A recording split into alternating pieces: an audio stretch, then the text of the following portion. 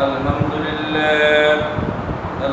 لله نحمده ونستعينه ونستغفره ونعوذ بالله من شرور أنفسنا ومن سيئات أعمالنا من يهده الله فلا مضل له ومن يضلله فلا هادي له وأشهد أن لا إله إلا الله وحده لا شريك له وأشهد أن سيدنا وحبيبنا ومولانا محمد الذي أرسله بالحق بشيرا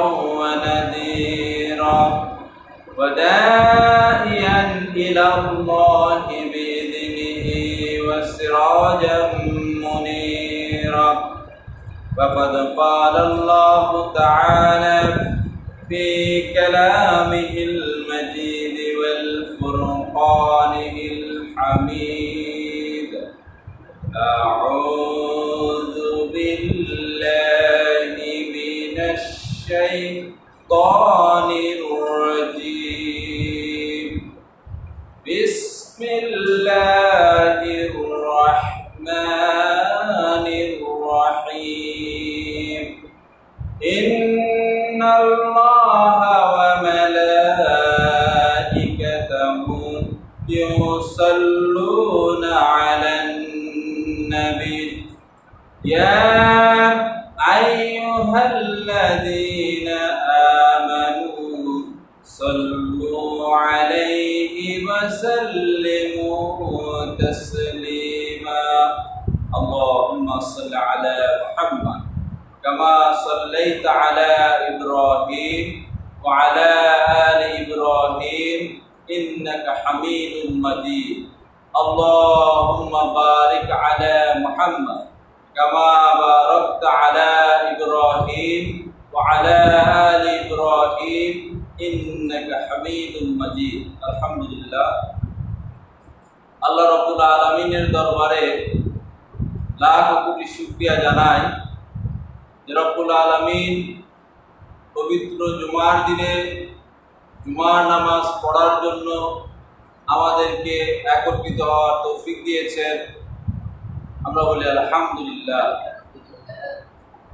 সাথে সাথে দুরূদ রাসূল সাল্লাল্লাহু আলাইহি ওয়াসাল্লামের প্রতি পাঠ করিয়া সাহাবা আজমাইন তাবেঈন তাবে তাবেঈন আম্মায়ে মুস্তাহিদিন সালফে সালেহিন যারা কবরবাসী হয়ে গিয়েছে তাদের আত্মার রূহের মাগফিরাত কামনা করে আজকে ধারাবাহিক যে আলোচনা আমরা করতেছিলাম কবিরা গুনাহ কয়টি কথা বলেছিলাম 100টা আমরা হয়তো দুইটা বা তিনটা আলোচনা করেছি আমরা আল্লাহ রাব্বুল আলামিনের কাছে তৌফিক কামনা করছি রব্বুল আলামিন আমার মুখ দিয়ে এমন কিছু কথা বের করে যে কথা আমার এবং আপনাদের ঈমান আমলে কাজে লাগে এর পূর্বে ভূমিকা স্বরূপ প্রতিদিন যে কথাগুলো বলি আজকে ভূমিকা স্বরূপ কিছু কথা বলবো ওমা তৌফিক ইল্লা বিল্লাহ আল্লাহ রাব্বুল আলামিন আমাদের আইনদাতা আমাদের বিধানদাতা যখনই আমাদের মধ্য থেকে সুন্নাত ছুটে যায় তখনই আমাদের মধ্যে বিদআত এসে বাসা বাঁধে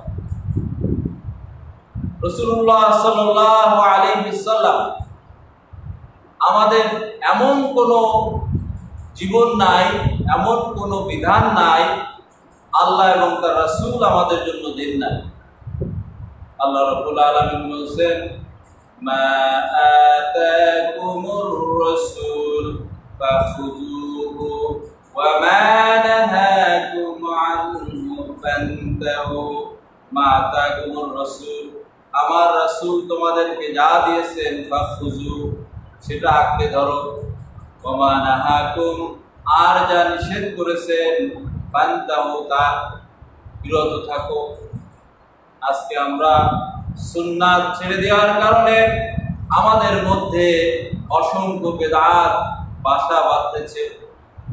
আল্লাহ রাব্বুল আলামিন আমাদেরকে যে বিধানগুলো দিলেন, সেই বিধানের পরিবর্তে নিজেরা নিজেদের মতো করে আমরা সুন্নাতের পরিবর্তে ব্যবস্থা নেওয়ার কারণে আমাদের মধ্য থেকে চলে যাচ্ছে সুন্নাত।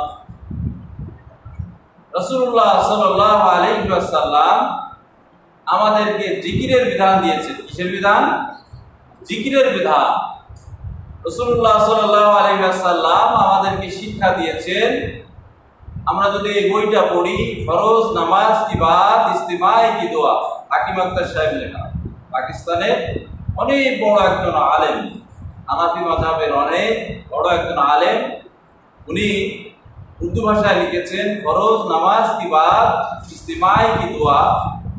এই বইয়ের মধ্যে অনেক দোয়া উনি লিখেছেন। শুধু তাই না, আমরা যদি বুখারী শরীফ দেখি, মুসলিম শরীফ দেখি, তিরমিজি দেখি, যত হাদিসের বই আছে প্রত্যেকটা বইয়ে আল্লাহ রাসূল সাল্লাল্লাহু আলাইহি সাল্লাম জিকিরের বিধান দিয়েছেন। কিসের বিধান? জিকিরের বিধান দিয়েছেন। রাসূল সাল্লাল্লাহু আলাইহি সাল্লাম বলছেন, বুখারী শরীফের শেষ হাদিস, রাসূলুল্লাহ সাল্লাল্লাহু আলাইহি সাল্লাম বলছেন, সুবহানাল্লাহি ওয়া বিহামদিহি সুবহানাল্লাহিল আযীম। এমন একটা কালিমা, যেই কালিমা কিয়ামতের মাঠে মিজানের পাল্লা ভারী হবে। এক পাশে ওই কালিমাকে যদি রাখা হয়, তাহলে অন্য পাশে আমল রাখা হয়, মিজানের পাল্লা যে পাশে এই কালিমা রাখা হবে সেটাই ভারী হবে। তোমরা বলবা সুবহানাল্লাহি ওয়া বিহামদিহি সুবহানাল্লাহিল আযীম 33 বার, আল্লাহু আকবার 33 বার, সুবহানাল্লাহ 33 বার, আলহামদুলিল্লাহ 34 বার, আল্লাহু আকবার। কোনটায় আছে 33 বার আল্লাহু আকবার। এরপরে পড়ো লা ইলাহা ইল্লাল্লাহু ওয়াহদাহু লা শারীকা লাহু লাহুল মুলক ওয়া লাহুল হামদ ওয়া হুয়া আলা কুল্লি শাইইন কাদির। অসংখ্য দোয়া রাসূলুল্লাহ সাল্লাল্লাহু আলাইহি ওয়াসাল্লাম আমাদেরকে শিক্ষা দান করেছেন। কিন্তু আমরা রাসূলের এই সুন্নাতকে ভুলে গিয়ে নিজেরা নিজেদের আইন পরিণত হয়ে গিয়েছি। আমরা সুন্নাতকে ছেড়ে দিয়েছি, জায়েজকে ধরেছি। সুন্নাতকে ছেড়ে দেওয়ার কারণে, জায়েজকে ধরার কারণে আমি আমার নিজের আইনদাতা নিজেই হয়ে গিয়েছি। রাসূল সাল্লাল্লাহু আলাইহি সাল্লামের তাসবিহ আমার ভালো লাগে না, আমি নিজে তাসবিহ তৈরি করেছি।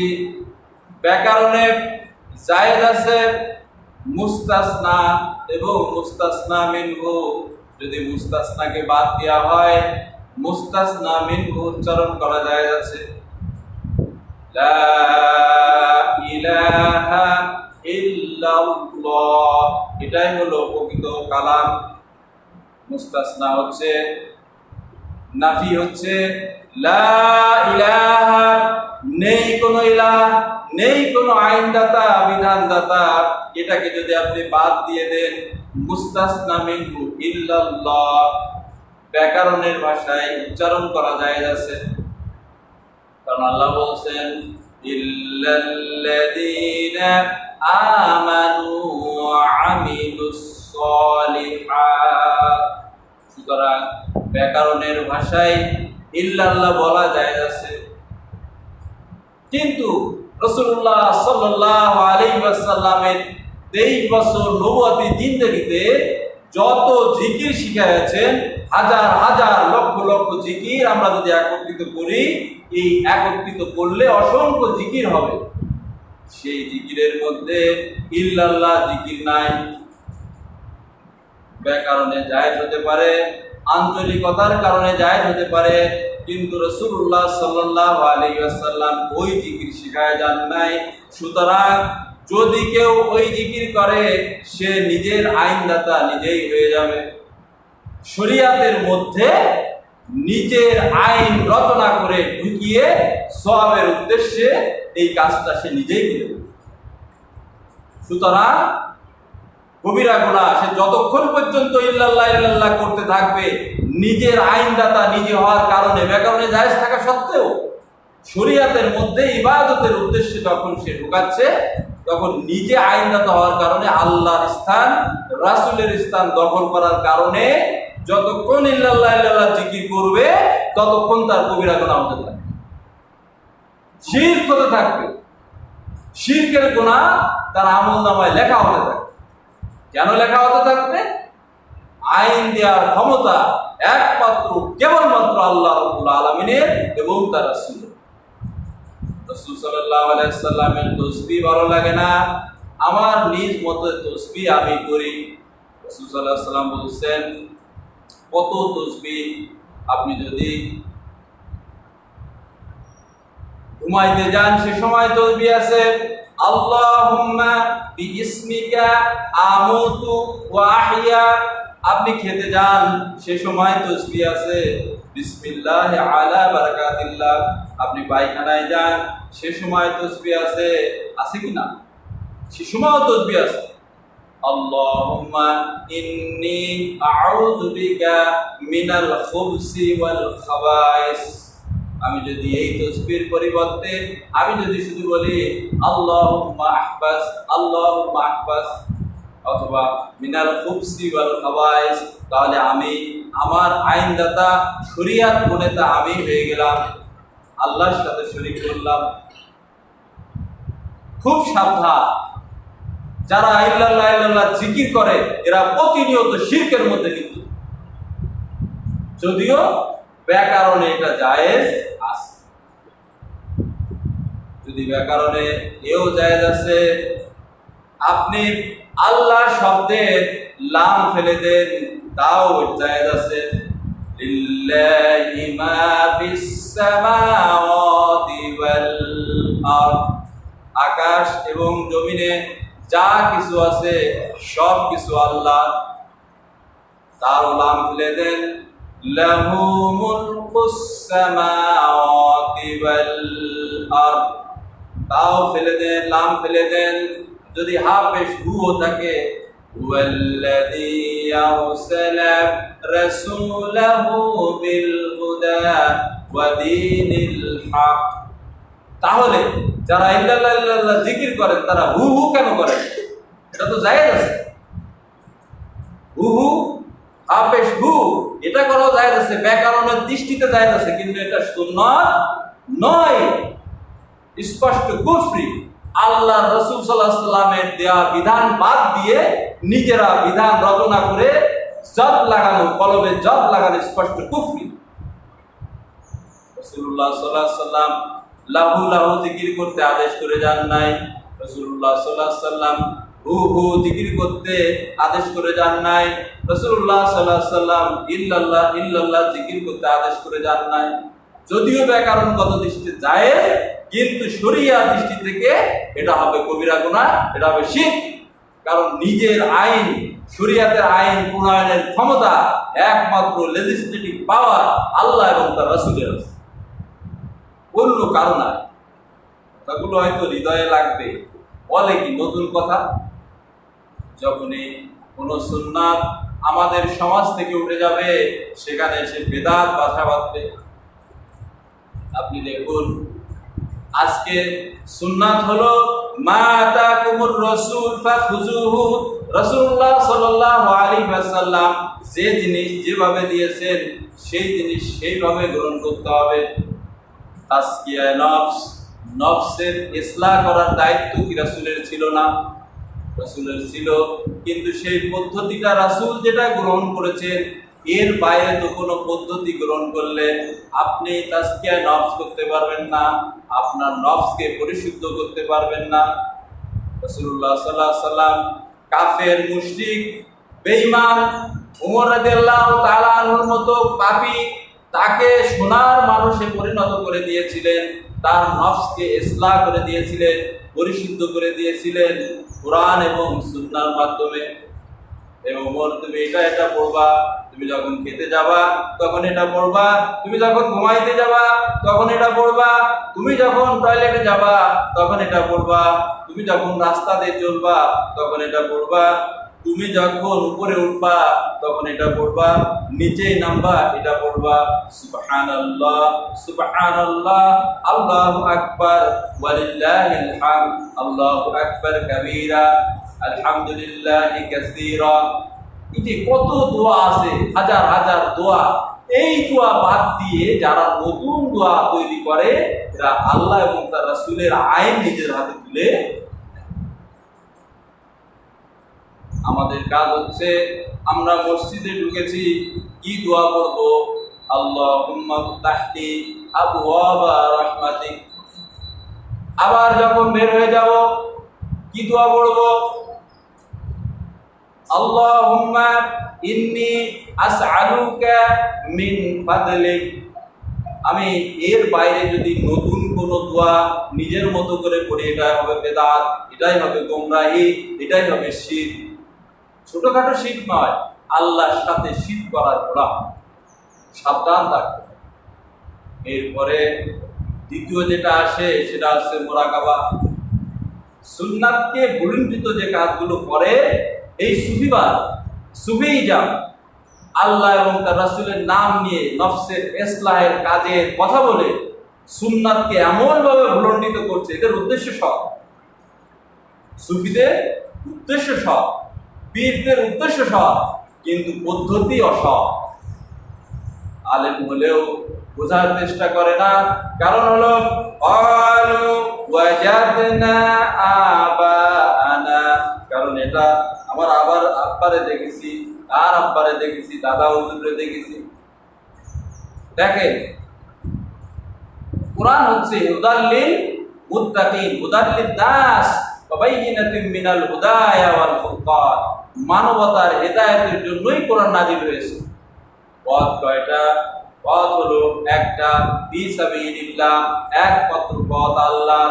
অথচ আমাদের মধ্যে 126টা তরিকা তৈরি করেছে। তরিকা মানে কি?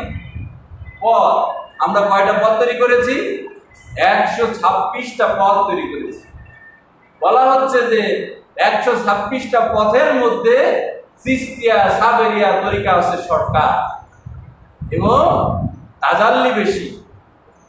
অথচ সেই চিশতিয়া সাবেরিয়া তরিকার মধ্যে ইল্লাল্লাহ ইল্লাল্লাহ জিকির অন্তর্ভুক্ত করা আছে।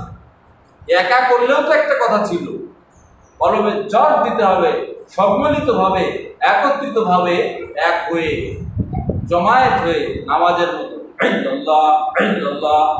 কোথায় পেয়েছে? আল্লাহকে ভয় করুন আপনারা। যারা এই কাজগুলো করে তাদের ধারের কাছেও আমরা যাব না। কেন যাব না? কারণ জায়েজ জিনিস থেকে আমার দূরে থাকতে হবে, সুন্নাহ আমাকে আটকিয়ে ধরতে হবে। আজকে মুরাকাবার নামে যে কাজগুলো হচ্ছে, মুরাকাবা কখন হয়? মুরাকাবা হয়, প্রত্যেকটা নবী মুরাকাবা করেছিলেন। মুরাকাবা হয়েছিল শরিয়াত আসার আগে। শরিয়াত আসার পরে একটাও দলিল দিতে পারবে না যে নবী আলাইহিস সালাম বা সাহাবা আজমাইন মুরাকাবা করেছিলেন। আজকে ইসলামের নফসের নামে মুরাকাবা করা হয়, সম্পূর্ণ বেদাত, সম্পূর্ণ গোমরাহি এবং সম্পূর্ণ কোরআন সুন্নাহ পরিপন্থী। হযরত ইব্রাহিম আলাইহিস সালাম মুরাকাবা করেছিলেন কখন? সেই জিনিসটা আগে দেখতে হবে। ওনার কাছে শরিয়াত আসার আগে, ইব্রাহিম আলাইহিস সালামের কাছে শরিয়াত আসার আগে তিনি মুরাকাবা করেছিলেন। আল্লাহ রাব্বুল আলামিন বলছেন, ফালাম্মা জান্না আলাইহিল লাইলি রাআ কাওকাবান ক্বালা হাযা রাব্বি ফালাম্মা আফালা ক্বালা লা উহিব্বুল আফিলিন। ফালাম্মা, অতঃপর যখন, তারপরে রাত আচ্ছন্ন হলো। তারপরে ইব্রাহিম আলাইহিস সালামের পরে যখন রাত আসলো, তিনি তারকা দেখলেন, বললেন হাযা রব্বি, এটাই আমার রব। ফালাম্মা ফালা, যখন সেই জিনিসটা অস্তমিত হয়ে গেল, তিনি বললেন হাযা রব্বি। যখন তিনি বললেন যা ডুবে যায়, ফালাম্মা ফালা ক্বালা লা উহিব্বুল আফিলিন, যা ডুবে যায় সে তো আমার রব হতে পারে না, আমি তাকে ভালোবাসি না। গভীর ধ্যান করতেছিলেন ইব্রাহিম আলাইহিস সালাতু ওয়াস সালাম, যখন তিনি নবুয়ত পান নাই, আগে না পরে, নবুয়তে আগে। এরপরে ইব্রাহিম আলাইহিস সালাতু ওয়াস সালাম কি হলো এটা দেখেন। ইব্রাহিম আলাইহিস সালাতু ওয়াস সালাম এরপরে যে কাজটি করলেন, ফালাম্মা রাআল কমারা বাযিগাতান ক্বালা হাযা রাব্বি ফালাম্মা আফলা ক্বালা লাইন লাম ইয়াহদিনি রাব্বি লাআকুনান্না মিনাল কওমিদ দাল্লিন। ইব্রাহিম আলাইহিস সালামের সামনে যখন নক্ষত্র ডুবে গেল, তিনি বললেন নক্ষত্র তো আমার রব হতে পারে না। এরপরে যখন ফালাম্মা রাআল কমার, তিনি চাঁদ দেখলেন, চাঁদ দেখে জল চাঁদ, উজ্জ্বল চাঁদ, তিনি দেখে বললেন যে হাযা রাব্বি, সম্ভবত এটাই আমার রব। ফালাম্মা ফালা, যখন সেটা ডুবে গেল, অস্তমিত হয়ে গেল, তিনি বললেন ফালাম্মা আফালা ক্বালা লাইন লাম ইয়াহদিনি, যখন ডুবে গেল, যদি আমার রব আমাকে হেদায়েত না দেন তাহলে তো আমি হেদায়েত পাবো না। এ আমার রব, যা সামনে দেখি তা তো রব হতে পারে না, আল্লাহ তুমি যে রব। আল্লাহকে তখনও ইব্রাহিম আলাইহিস সালাম চেনেন না। তুমি যে রব, তুমি যদি আমাকে হেদায়েত দান না করো তাহলে আমি গোমরাহ হব। ব্যাপারটা বুঝছেন? ইব্রাহিম আলাইহিস সালামের কাছে এখনো শরিয়াত আসে নাই। এরপরে ইব্রাহিম আলাইহিস সালাম বলছেন ফালাম্মা রাআশ শামসা বাযিগাতান ক্বালা হাযা রাব্বি হাযা আকবার। যখন ফালাম্মা রাআল কমার রাআশ শামস, যখন সূর্য উদিত হলো, বাযিগাতান, সে যখন উদিত হলো, ক্বালা, সে বলল হাযা রাব্বি, এই তো আমার রব, হাযা আকবার, এটাই আমার বড় রব। সূর্য চন্দ্রের চেয়ে বেশি আলো দেয় না, উজ্জ্বল চকচক করে না। মেডিটেশন করছিলেন, গভীর ধ্যান করতেছিলেন, সে সময় বললো যে এটা আমার রব। ফালাম্মা আফালা, যখন তা ডুবে গেল, তখন তিনি কি বললেন? ক্বালা ইয়া কওমি ইন্নী বারিউম মিম্মা তুশরিকুন, হে আমার কওমের লোকেরা, তোমরা শুনে রাখো, ইন্নী বারিউম, নিশ্চিত আমি মুক্ত তোমাদের থেকে, যার ইবাদত তোমরা করো, তোমাদের মতো আমি মুশরিক নয়। তোমরা শুনে রাখো, ইন্নী ওয়াজ্জাহতু ওয়াজহিয়া লিল্লাযী ফাতারাস সামাওয়াতি ওয়াল আরদ হানিফা ওয়া মা আনা মিনাল মুশরিকিন। তোমরা শুনে রাখো, ইন্নী, নিশ্চিত, ওয়াজ্জাহতু, আমি মুতাওয়াজ্জা হয়ে গেলাম, আমি ঘুরে গেলাম, আমার মুখমণ্ডলকে ঘুরিয়ে দিলাম, লিল্লাযী, সেই আল্লাহর দিকে, ফাতারাস সামাওয়াতি ওয়াল আরদ, যিনি আকাশ এবং জমিনের মালিক। তাহলে ইব্রাহিম আলাইহিস সালাতু ওয়াস সালাম ধ্যান করেছিলেন, মুরাকাবা করেছিলেন, কিসের জন্য? সরল সঠিক পথ পাওয়ার জন্য। আর আমরা ধ্যান করি, আমরা মুরাকাবা করি কিসের জন্য? ইসলাহে নফসের জন্য। স্পষ্ট বিদআত, কুফরি, শিরকি। যদি কোনো মুসলমান মুরাকাবা করে, আল্লাহ রাসূল সাল্লাল্লাহু আলাইহি ওয়াসাল্লাম যা বলে দেন, আল্লাহ রাসূল বলেছেন মান আহতাসা ফি আমরিনা, আমি যা আদেশ করিনি তা যদি কেউ করে, ফাহুয়া রাদ, তা প্রত্যাখ্যাত, গুনাহ হবে, তাতে কবিরা গুনাহ। আর আল্লাহ রাসূলের আইনে হাত দেওয়ার কারণে, নিজের আইন, শরীয়তের আইন নিজে তৈরি করার কারণে আমি মুশরিক হই। এজন্য মুরাকাবা কেউ করবেন না। মুরাকাবা, ধ্যান, এগুলো শরীয়ত আসার আগে। রাসূলুল্লাহ সাল্লাল্লাহু আলাইহি ওয়াসাল্লাম হেরা গুহাতে ধ্যানমগ্ন ছিলেন, তখন কি তার কাছে শরীয়ত এসেছিল নাকি? বলেন, কোরআন কি নাজিল হয়েছিল? হয় নাই। চিন্তা করতেছিলেন, ইলফুল ফুজুল গঠন করেছিলেন। রাসূলুল্লাহ সাল্লাল্লাহু আলাইহি ওয়াসাল্লাম ইলফুল ফুজুল গঠন করে মানবতার মুক্তির জন্য চেষ্টা করেছিলেন, কিন্তু কোনো মানবতার মুক্তি দিতে পারেন নাই। কেননা আল্লাহ রাব্বুল আলামিনের পক্ষ থেকে সেই জাতীয় কোনো কালাম রাসূল সাল্লাল্লাহু আলাইহি ওয়াসাল্লামের প্রতি অবতীর্ণ হয় নাই। যখন হেরা গুহায় উনি আশ্রয় নিলেন, ধ্যান করলেন, মুরাকাবা করলেন, রাসূলুল্লাহ সাল্লাল্লাহু আলাইহি ওয়াসাল্লামকে আল্লাহ রাব্বুল আলামিন নাজিল করলেন, ইকরা বিইসমি রাব্বিকাল্লাযী খালাক।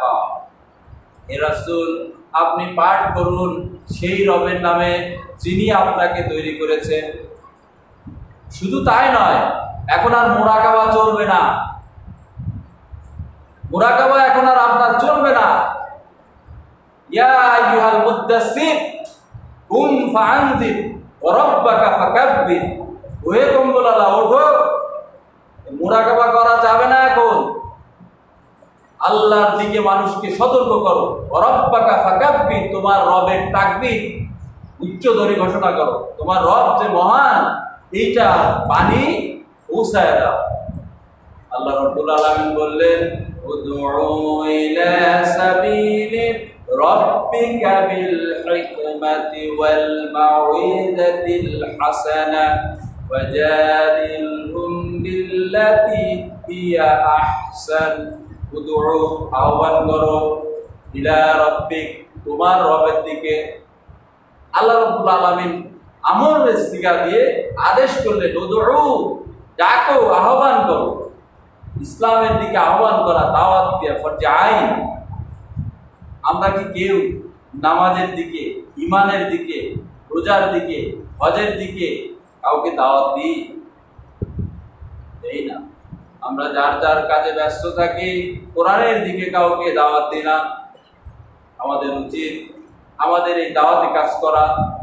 মুরাকাবা তখনই করতে হয়, রাসূলুল্লাহ সাল্লাল্লাহু আলাইহি ওয়াসাল্লাম সহ যত নবী এসেছিলেন তারা করেছিলেন, কিভাবে এই সমাজটাকে আল্লাহ পরিবর্তন করা যায়। আর আমাদের মুরাকাবা আছে কিভাবে আমার এই নফসকে কলুষিত করা যায়, কলুষিত মুক্ত করা যায়। তাহলে রাসূলের মুরাকাবা, নবী আলাইহিস সালামের মুরাকাবা আর আমাদের মুরাকাবার মধ্যে পার্থক্য। তাহলে মুরাকাবাটা আমরা তৈরি করে নিলাম। ইসলাহে নফসের জন্য মুরাকাবা কে তৈরি করল? রাসূল দিয়েছেন? সাহাবা আজমাইন দিয়েছেন? কোন সাহাবী মুরাকাবা করেন নাই। বসে বসে শরিয়াত অবতীর্ণ হওয়ার পর, কোরআন অবতীর্ণ হওয়ার পর কোন সাহাবী গভীর ধ্যানে মগ্ন হন নাই।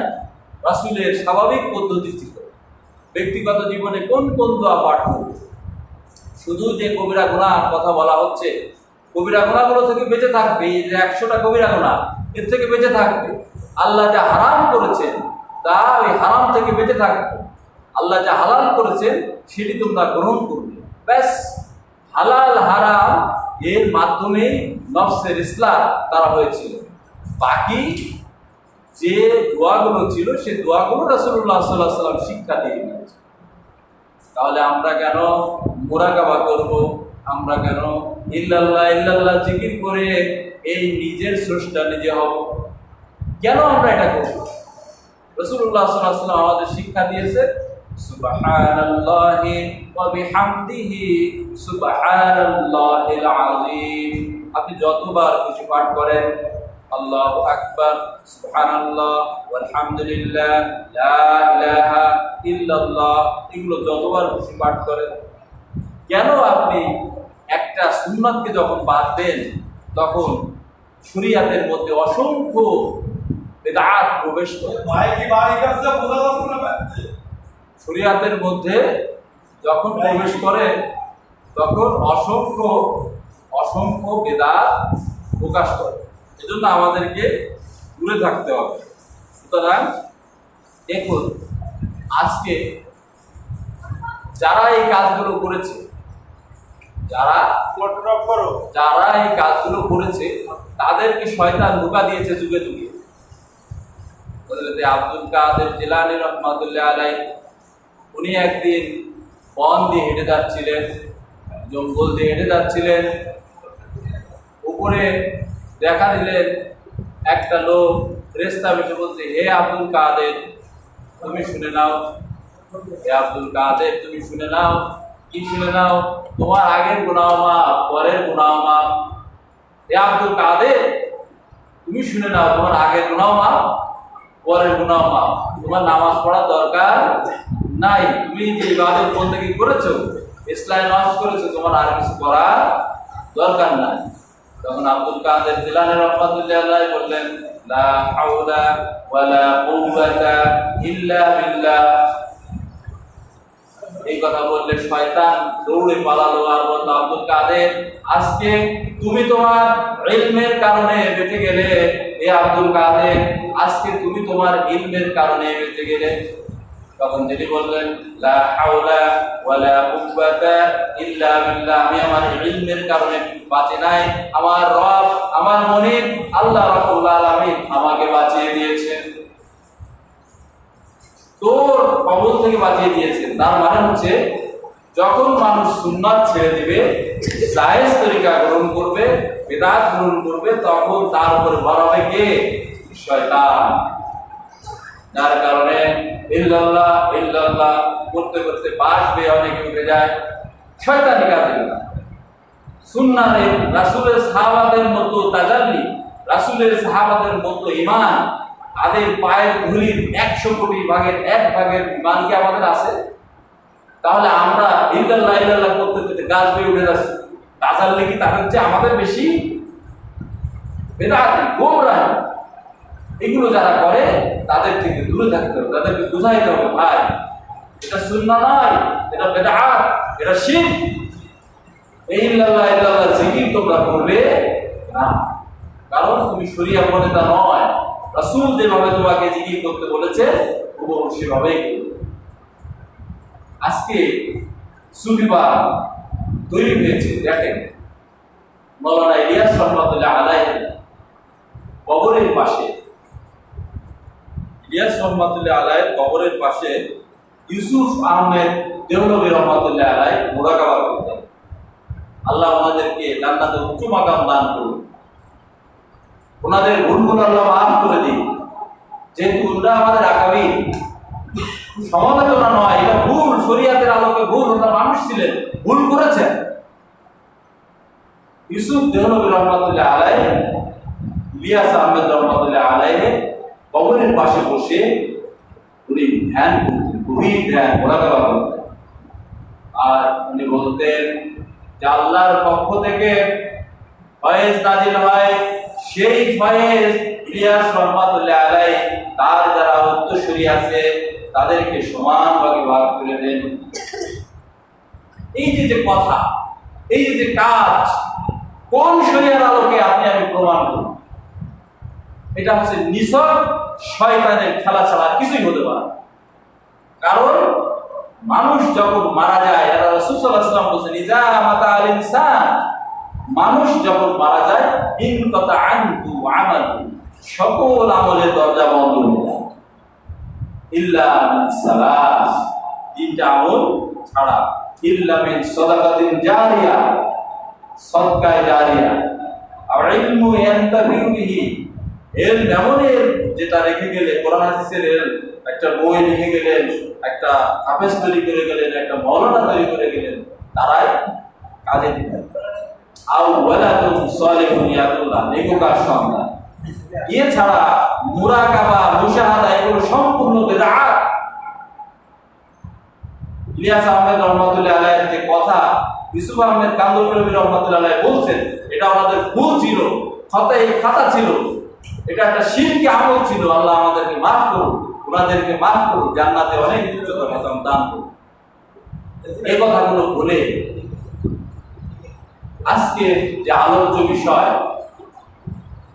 কবিরা গুনাহ, এই কবিরা গুনার মধ্যে অন্যতম কবিরা গুনাহ হচ্ছে জাদু। জাদুর যে কথা বলেছিলাম, এই জাদুর মধ্যে একটা অন্যতম জাদু হচ্ছে শয়তান মানুষদেরকে জাদু দ্বারা মোচ্ছন্ন করে। মুরাকাবা যখন মানুষ করে তখন সে মোহচ্ছন্ন থাকে। আজকে দেখেন হিন্দুরাও মোরাকাবা করে। মেডিটেশন নাম শুনছেন? মেডিটেশন বলা হয় হিন্দুদের যেই ইস্কন আছে বা বিভিন্ন গোষ্ঠী আছে, এরা একটা গ্রুপ করছে মেডিটেশন নামে। এই মেডিটেশন মানে গভীর ধ্যান। বৌদ্ধরাও করে, খ্রিস্টানরাও করে, মুসলিমরা কেন করবে? যেটা শরীয়ত সিদ্ধ না, এটা জাদুর খেলা, আর কিছুই না। এই জাদু সম্পর্কে অনেক আলোচনা হয়েছে, ছোট্ট কিছু আলোচনা করব। রাসূল সাল্লাল্লাহু আলাইহি ওয়াসাল্লামকে আল্লাহ তাআলা সূরা বাকারা 102 নম্বর আয়াতে বলেছে, ওয়াত্তাবাউ মা তাতুলুশ শায়াতিনু আলা মুলকি সুলাইমান, ওয়াত্তাবাউ, আর তারা বনি ইসরাঈলরা আলা মুলকি সুলাইমান, সুলাইমান আলাইহিস সালাতু ওয়াস সালামের সময়, ওয়া মা কাফারা সুলাইমান, তারা জাদুবিদ্যার ব্যবহার করত, কিন্তু ওয়া মা কাফারা সুলাইমান, সুলাইমান আলাইহিস সালাম কুফরি করত না, বরং যারা জাদুবিদ্যা ব্যবহার করত ওরাই কুফরি করত। আলা মুলকি সুলাইমান, সুলাইমান আলাইহিস সালামের সময় জাদুবিদ্যার ব্যাপক প্রচলন ছিল। এরা কি করত? আল্লাহ তাআলা এদেরকে সতর্ক করার জন্য আল্লাহ তাআলা দুইজন ফেরেশতা পাঠালেন। সে কথাই আল্লাহ তাআলা বলছেন, ওয়ালাকিন্নাশ শায়াতিনা কাফারু ইউআল্লিমুন নাসাস সিহরা ওয়ালাকিন্না আশ-শায়াতিন কাফুরা, শুনে রাখো, শয়তানরা যা মন্ত্রতন্ত্র করত এগুলো হচ্ছে কুফরি ছিল। কাদের পাঠাচ্ছিল? বাবেল শহরে আল্লাহ রাব্বুল আলামিন হারুত আর মারুত, অনেক বড় আয়াত, সংক্ষেপে বলতেছি, হারুত এবং মারুত নামে দুইটা ফেরেশতা পাঠিয়েছিল। মনে রাখবেন, বাবেল শহরটা হচ্ছে বর্তমান ইরাকের একটা শহর। এখানে আল্লাহ রাব্বুল আলামিন সূরা বাকারা 102 নম্বর আয়াতে বলছেন, আমি হারুত এবং মারুতকে পাঠিয়েছিলাম এই জন্য যে আমার নবীর মুজিজা আর জাদু এক নয়। এরা জাদু শিখত, স্বামী স্ত্রী থেকে বিচ্ছেদ করা যায় কিভাবে, এরা জাদু শিখত পরের স্ত্রীকে কিভাবে বের করে আনা যায়, পরের মেয়েকে কিভাবে বের করে আনা যায়, পরের ক্ষতি কিভাবে করা যায়, অসংখ্য জাদু এরা শিখত। আজকে দেখবেন যারা জাদুবিদ্যায় বিশ্বাস করেন, অমুকের কাছে গিয়েছিলাম বিধায় আজকে আমার ছেলেটা শুকানো থেকে ভালো দেখি। অনেক বাচ্চা আছে না, ছোটবেলায় শুকায় যায়। আমরা অনেকে বলি জিনে ধরেছে, যাই অমুকের কাছে যায়। একসময় আমিও করেছি, আল্লাহ মাফ করুন। তাবিজ লিখে দিতাম, জাফরানের কালি দিয়ে আমি নিজেই তাবিজ লিখে দিতাম, জিন তাড়াতাম। এগুলো সব অবৈধ কুফরি, শিরক। খবরদার কেউ এই জাদু মন্ত্রের কাছে যাবেন না, আল্লাহকে ভয় করেন। রাসূলুল্লাহ সাল্লাল্লাহু আলাইহি ওয়াসাল্লাম কে জাদু করা হয়েছিল কিনা? দুইজন মহিলা, এই মহিলা রাসূলুল্লাহ সাল্লাল্লাহু আলাইহি ওয়াসাল্লামের চুল নিয়েছিলেন। রাসূলুল্লাহ সাল্লাল্লাহু আলাইহি ওয়াসাল্লাম ব্যবহৃত চিরুনি নিয়েছিলেন। চিরুনি নিয়ে 11টা ফুক দিয়ে বেঁধে কুয়ার মধ্যে ফেলে দিয়েছিলেন। রাসূল সাল্লাল্লাহু আলাইহি ওয়াসাল্লাম আস্তে আস্তে শুকায় যাচ্ছিলেন। জাদুবিদ্যা যে কত ভয়ঙ্কর, ঈমান বিধ্বংসী কবিরা গুনাহ, এটা সাবধান থাকতে হবে। কারো ক্ষতি করার জন্য জাদুর আশ্রয় গ্রহণ করবেন না। আল্লাহ রাব্বুল আলামিন কিয়ামতের এই কঠিন ময়দানে আপনাকে কিন্তু কঠিন শাস্তি প্রদান করবেন। আল্লাহ তাআলা বললেন, হে রাসূল ঘুমিয়ে আছেন। রাসূল সাল্লাল্লাহু আলাইহি ওয়াসাল্লামের পাশে দুইজন ফেরেশতা এসে বললেন, মুহাম্মদ সাল্লাল্লাহু আলাইহি ওয়াসাল্লামের কি হয়েছে? আর একজন ফেরেশতা বলল, এনাকে জাদু করা হয়েছে। কি দ্বারা জাদু করা হয়েছে? ওনার মাথার চুল এবং চিরুনি দ্বারা জাদু করা হয়েছে। এটা আছে কোথায়? ওপর গর্তের মধ্যে আছে, কুয়ার মধ্যে আছে। আল্লাহ রাব্বুল আলামিন নাযিল করে দিলেন, কুল আউযু বিরাব্বিল ফালাক মিন শাররি মা খালাক, এবং নাযিল করে দিলেন, কুল আউযু বিরাব্বিন নাস মালিকিন এই দুটো সূরা আল্লাহ রাব্বুল আলামিন নাযিল করলেন। 11টা আয়াত আছে। কয়টা? 11টা আয়াত। রাসূল সাল্লাল্লাহু আলাইহি ওয়াসাল্লাম এটা আনলেন আর এই 11টা আয়াত পড়ে ফুঁক দিলেন আর ওই গিরাগুলো খুললেন। অর্থাৎ জাদুবিদ্যা যে কুফরি, জাদুবিদ্যা যে কবিরা গুনাহ, এর থেকে আমাদের দূরে থাকতে হবে। আরেকটা, সতী সাথী নারীকে অপবাদ দিবেন না, এটা কবিরা গুনাহ। হযরত মা আয়েশা সিদ্দিকা রাদিয়াল্লাহু তাআলা উনি খন্দকের যুদ্ধে রাসূলুল্লাহ সাল্লাল্লাহু আলাইহি ওয়াসাল্লামের সহধর্মী হিসেবে উনি গিয়েছিলেন। মা আয়েশা সিদ্দিকা রাদিয়াল্লাহু তাআলা আনহা হাওদার মধ্যে থাকতেন। হাওদা হচ্ছে একটা ঘেরা জায়গা, উটের পিঠে থাকে, ওখানে থাকতেন। তো উনি, ওনার হাজত আসলো, উনি প্রস্রাব পায়খানা আসলো, উনি কি করলেন, উনি চলে গেলেন বাইরে খুব দূরে, এসে দেখেন যে কাফেলা চলে গিয়েছে। রাসূলুল্লাহ সাল্লাল্লাহু আলাইহি ওয়াসাল্লামের একটা বৈশিষ্ট্য ছিল যে কোনো কিছু ফেলে আসলো কিনা যুদ্ধ পরবর্তীতে, এটার জন্য আর একটা লোককে পাঠাতেন। রাসূল সাল্লাল্লাহু আলাইহি ওয়াসাল্লাম যখন ওনাকে পাঠিয়েছেন, ওনাকে পাঠানোর পরে দেখেন যে মা আয়েশা সিদ্দিকা রাদিয়াল্লাহু তাআলা বসে আছে। উনি কেঁদে ফেললেন, মা আপনি এখানে? বললেন যে বাবা আমি তো এই ব্যাপার, আমি পায়খানা গিয়েছিলাম, এসে দেখি নাই। উনি বললেন যে মা আপনি আমার হাওদায় ওঠেন। উনি ওনাকে উঠায় নিলে আর নিজে উটের রশিদে হাঁটতে লাগলেন। ইন দ্য মেইন টাইম মুনাফিকের বাচ্চা আব্দুল্লাহ ইবনে উবাই এবং তার সহযোদ্ধা যারা ছিল, শুনেছো মুহাম্মদ সাল্লাল্লাহু আলাইহি ওয়াসাল্লামের স্ত্রী জেনা করেছে। কার সাথে? ওই যে আনতে গিয়েছিল মুহাম্মদ সাল্লাল্লাহু আলাইহি ওয়াসাল্লামের স্ত্রী আয়েশা জেনা করেছে, তাহলে তার সাথে আসে নাকি? এইভাবে টোটাল মদিনাতে ছড়িয়ে গেল আয়েশা রাদিয়াল্লাহু তাআলা আনহু জেনা করেছে। রাসূল সাল্লাল্লাহু আলাইহি ওয়াসাল্লাম আয়েশা রাদিয়াল্লাহু তাআলা আনহার সাথে কথা ছেড়ে দিলেন। রাসূলুল্লাহ সাল্লাল্লাহু আলাইহি ওয়াসাল্লাম তাকে তার পিতার বাড়িতে রেখে আসলেন। আবু বকর সিদ্দিক রাদিয়াল্লাহু তাআলা আনহুর বাড়িতে রেখে আসলেন। চললেই দিন পর আয়াত নাযিল হলো, হে রাসূল আপনার স্ত্রী পুত পবিত্রা, আপনার স্ত্রীর কোনো দোষ নাই, বরং ওই মুনাফিকের বাচ্চারা যারা এই কথাগুলো ছড়িয়েছে ওরাই মিথ্যা বলেছে। সাথে সাথে রাসূলুল্লাহ সাল্লাল্লাহু আলাইহি ওয়াসাল্লামের মুখ হাস্যোজ্জ্বল হয়ে গেল। তিনি যে মা আয়েশা সিদ্দিকার ঘরে ঢুকলেন, মা আয়েশা রাগ করে ওনার সাথে কথা বললেন না। এখন কেন আসছেন? যখন আল্লাহ আমার পবিত্রতা সম্পর্কে ঘোষণা দেন তখন কেন আপনি বিশ্বাস করলেন না? বুঝেন না, স্বামী স্ত্রীর মধ্যে যদি কোনো ঝগড়া হয়, এরপরে যখন আসে কাছে, যেই আগে আসেন না কেন, যদি স্ত্রীর সাথে ঝগড়া হয় তাহলে স্বামীর সাথে ঝগড়া হলে স্ত্রী, এটা আলাদা মধুর মিলন দেয়। সুতরাং এই কাজগুলো করবেন না। যে আপনার স্ত্রী অথবা আপনার বোন অথবা আপনার অন্য কারো স্ত্রীর নামে, সতী সাথী মহিলার নামে কখনোই মিথ্যা অপবাদ প্রদান করবেন।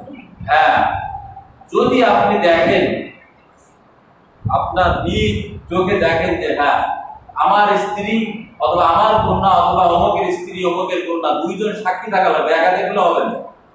দুইজন সাক্ষী উপস্থিতি যদি দেখেন যে হ্যাঁ সে জেনা করতেছে, তাহলে অবশ্যই আপনি তাকে ছেড়ে দিতে পারেন, শরীয়তি মত তারপরে কায়েম করতে পারেন। আপনি বলতে পারেন যে হ্যাঁ সে গুনাহগার, সে জেনাকার, বলতে পারেন।